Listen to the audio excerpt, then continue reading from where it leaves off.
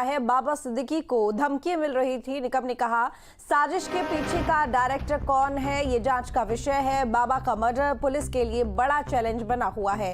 तो उज्जवल निकम जिन्होंने बड़ा बयान दिया है बाबा सिद्दीकी के मर्डर को लेकर, इस हत्याकांड को लेकर, उन्होंने कहा है कि बाबा सिद्दीकी को धमकी मिल रही थी।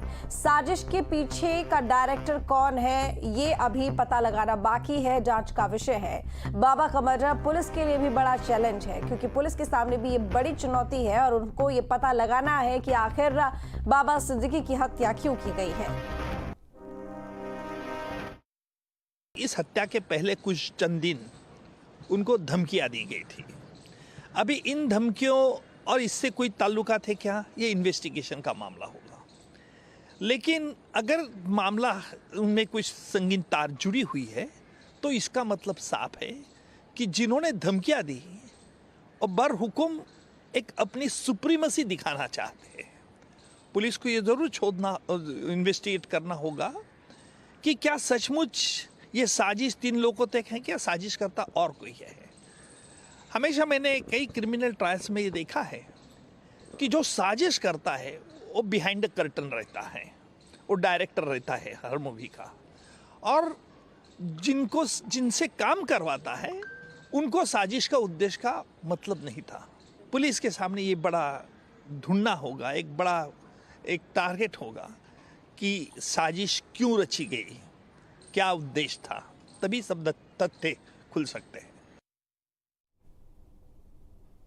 तो बाबा सिद्दीकी हत्याकांड पर सूत्रों के हवाले से ये बड़ी खबर मिल रही है। शूटर्स को हत्या के लिए दिए गए थे एडवांस पैसे। शूटर्स को 2.5 से 3 लाख रुपए दिए गए। हत्या के लिए 4 लोगों ने सुपारी ली थी। सूत्रों के हवाले से ये जानकारी मिल रही है। एक अपडेट आप तक पहुंचा रहे हैं बाबा सिद्दीकी हत्याकांड से जुड़ा हुआ। तो सूत्रों के हवाले से बड़ी खबर, शूटर्स को हत्या के लिए एडवांस में पैसे दिए गए थे और 2.5 से 3 लाख रुपए दिए गए थे। हत्या के लिए 4 लोगों ने सुपारी ली थी, जिनमें से 3 की फिलहाल जानकारी, क्योंकि 2 की गिरफ्तारी हो चुकी है, एक मौके से फरार है। 25 से 30 दिनों से ये शूटर्स रेकी कर रहे थे। मौका मिलते ही इन्होंने बाबा सिद्दीकी की हत्या कर दी।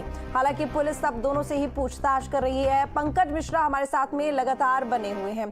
पंकज, जब ये जानकारी मिली है कि शूटर्स को 2.5 से 3 लाख रुपए दिए गए, हत्या के लिए 4 लोगों ने सुपारी ली थी, आपने थोड़ी देर पहले ये बताया कि 4 लोग शामिल थे, और जिस तरीके से आप ये बता रहे थे कि ये धमकी नहीं थी, बाकायदा वो मारने के लिए ही आए थे। जो शूटर्स ने गोलियां चलाई थी वो कार से कितनी दूरी पर थे, कहां पर थे, कितनी देर से इंतजार कर रहे थे, क्या तीनों वहीं पर थे, कैसे गिरफ्तारी हुई, कैसे एक फरार हो गया, घटनाक्रम क्या रहा?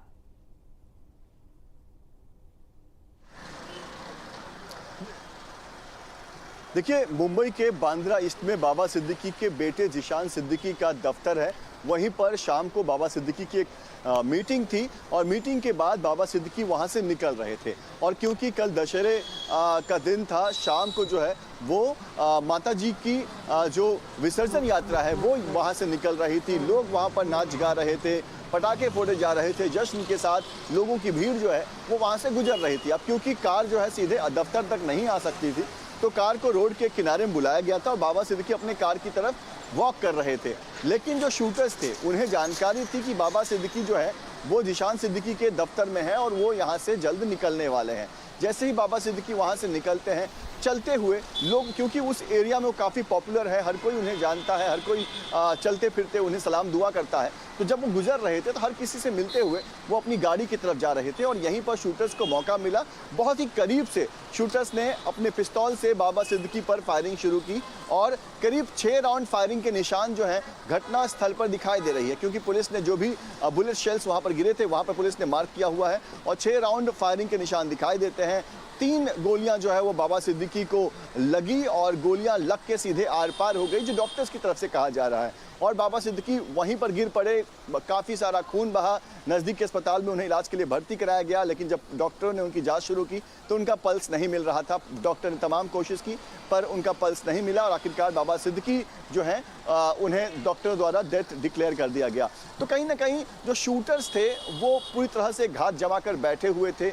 बताया जा रहा है कि 3 लोग जो हैं वो नज़र बनाए हुए थे और जब जैसे ही उन्होंने शूटआउट का अंजाम दिया वो भागने लगे। जब वो भागने लगे तो लोगों ने आवाज़ दी, और क्योंकि कल दशहरा का दिन था तो पुलिस की नाकाबंदी हर एक जगह पर थी। तो पुलिस ने जब देखा कि कुछ लोग भाग रहे हैं और लोग जो है शोर मचा रहे हैं, तो पुलिस की टीम ने 2 लोगों को धर दबोचा, लेकिन एक जो आरोपी था वो फरार होने में कामयाब हो गया।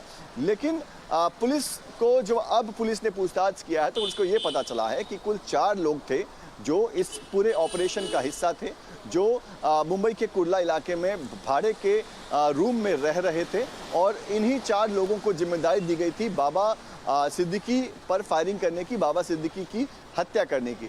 तो पुलिस की तलाश में अब सिर्फ एक शख्स नहीं है, एक आरोपी नहीं है, बल्कि पुलिस 2 आरोपियों की तलाश कर रही है।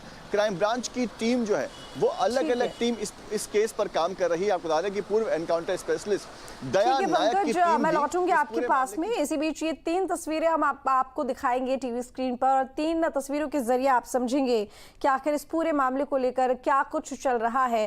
तो देखिए, लॉरेंस का ऑर्डर था, ये एक बड़ा सवाल बना हुआ है, क्योंकि सूत्रों के हवाले से ये जानकारी मिल रही है कि जो आरोपी पकड़े गए हैं उन्होंने लॉरेंस गैंग का नाम लिया है कि उन्हीं की तरफ से आदेश मिला था, और उस ऑर्डर के बाद ही इन लोगों ने बाबा सिद्दीकी की हत्या कर दी। दूसरी तस्वीर बाबा सिद्दीकी का जो मर्डर हुआ है। देखिए, बाबा सिद्दीकी एनसीपी के नेता थे, सबसे बड़ी बात ये कांग्रेस में भी रहे काफी समय तक, और मंत्री भी रह चुके हैं, विधायक रहे हैं 3 से 4 बार के, और जानी मानी हस्ती बाबा सिद्दीकी। वहीं तीसरी तस्वीर की दाऊद ने दी धमकी, ये भी एक एंगल है इस पूरे हत्याकांड में, इस पूरे मामले में, कि आखिर साजिश किसकी थी। अब पुलिस जांच पड़ताल में लगी हुई है, क्योंकि आरोपियों की तरफ से तो नाम लिए गए हैं, लेकिन वो नाम जो लिए गए हैं उसका सत्यापन भी पुलिस को करना है। तो पुलिस के लिए एक बड़ा चैलेंज बना हुआ है।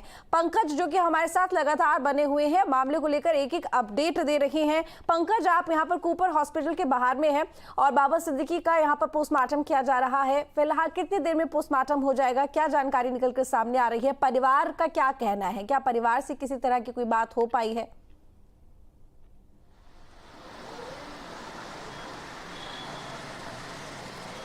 देखिए, इस घटना के बाद बाबा सिद्दीकी का परिवार जो है वो सदमे में है।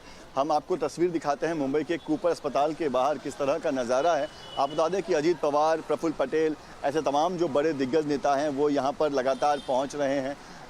साथ ही जो दूसरी पार्टियों के नेता हैं, चाहे प्रताप सरनाइक हो, चाहे बाबा जानी दुरानी हो, ऐसे तमाम जो बाबा सिद्दीकी के क्लोज थे, जो बाबा सिद्दीकी से जिनकी दोस्ती थी, ऐसे तमाम लोग भी बाबा सिद्दीकी को आखिरी बार इस अस्पताल में देखने के लिए पहुंच रहे हैं। परिवार के लोग पहले से ही यहाँ पर मौजूद हैं। करीब 2 घंटों से बाबा सिद्दीकी का पोस्टमार्टम यहाँ पर किया जा रहा है।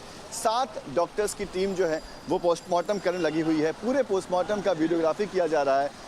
डॉक्टर्स जिन्होंने बाबा सिद्दीकी इलाज किया था उन्होंने भी यही कहा था कि कितनी गोलियां लगी है ये पोस्टमार्टम के बाद साफ होगा, कितनी नज़दीक से गोली मारी गई है वो भी पोस्टमार्टम के बाद साफ होगा। तो कहीं ना कहीं ये पोस्टमार्टम के बाद बहुत चीज़ें साफ होने वाली हैं, और मुझे लगता है कि करीब 1-1.5 घंटा और यहाँ पर पोस्टमार्टम की प्रक्रिया होगी। उसके बाद बाबा सिद्दीकी के शव को उनके घर पर ले जाया जाएगा, जो कि मुंबई के बांद्रा के पाली हिल इलाके में है, और वहाँ पर भी बड़ी तादाद में उनके जो समर्थक हैं, उनके परिवार के लोग हैं, वो पहले से पहुँचे हुए हैं। लेकिन आपको एक और अपडेट देता हूँ, दक्षिण मुंबई के बड़ा कब्रिस्तान में आज देर शाम जो है वो बाबा सिद्दीकी को वहाँ पर जो है उनको अंतिम विदाई दी जाएगी। जी बिल्कुल। इसके साथ ही पंकज, देखिए, ये तो पूरी बात हो गई इस पूरे मामले को लेकर कि आखिर किस एंगल से जांच की जा रही है, क्या कुछ निकल के सामने आ रहा है। वहीं दूसरी तरफ सियासत भी पूरे चरम पर है, क्योंकि संजय राउत की तरफ से भी ये कहा गया है और उद्धव की तरफ से भी ये कहा गया है कि इस पूरे मामले को लेकर इस्तीफा दे देना चाहिए।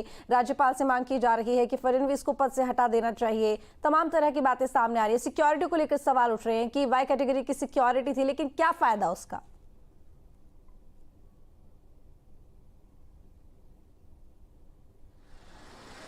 बिल्कुल, देखिए, इस घटना के बाद विपक्ष को एक बड़ा मौका मिल गया है सरकार पर हमलावर होने का, क्योंकि इसके पहले भी इस तरह की कई घटनाएं होती रही हैं और विपक्ष ने सरकार पर निशाना साधना शुरू कर दिया है।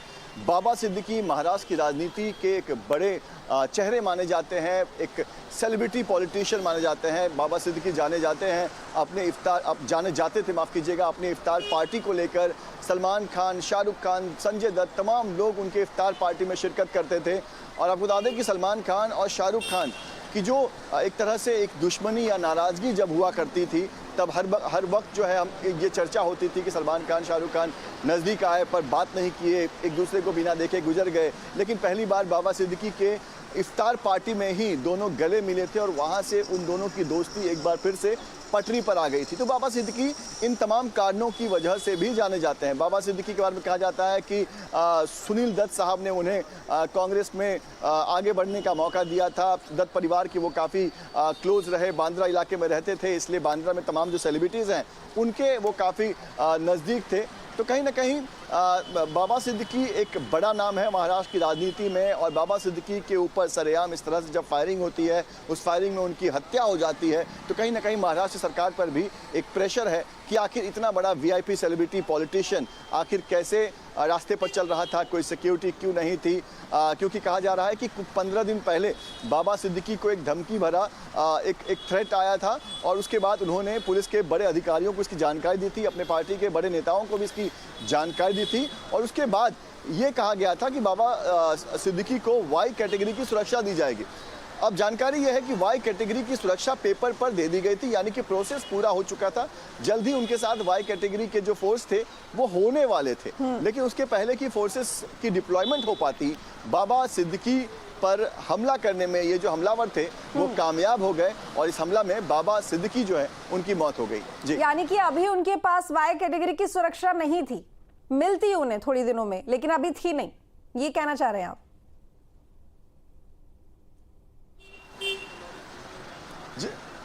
जी बिल्कुल, देखिए वाई कैटेगरी की सुरक्षा उनके लिए अप्रूव कर दिया गया था। उनके पास 2 सिपाही थे, 2 पुलिसकर्मी उन्हें दिए गए थे सुरक्षा के लिए। अब उन पुलिसकर्मियों को लेकर भी ना सिर्फ विपक्ष सवाल पूछ रहा है, बल्कि मीडिया भी पुलिस से सवाल पूछ रही है कि जब बाबा सिद्दीकी पर ये जो ताबड़तोड़ हमले किए गए, जब फायरिंग की गई, तो वो 2 पुलिसकर्मी कहाँ पर थे। ठीक है, चलिए बहुत शुक्रिया पंकज आपका तमाम जानकारी के लिए। नजर आप बनाए रखिए।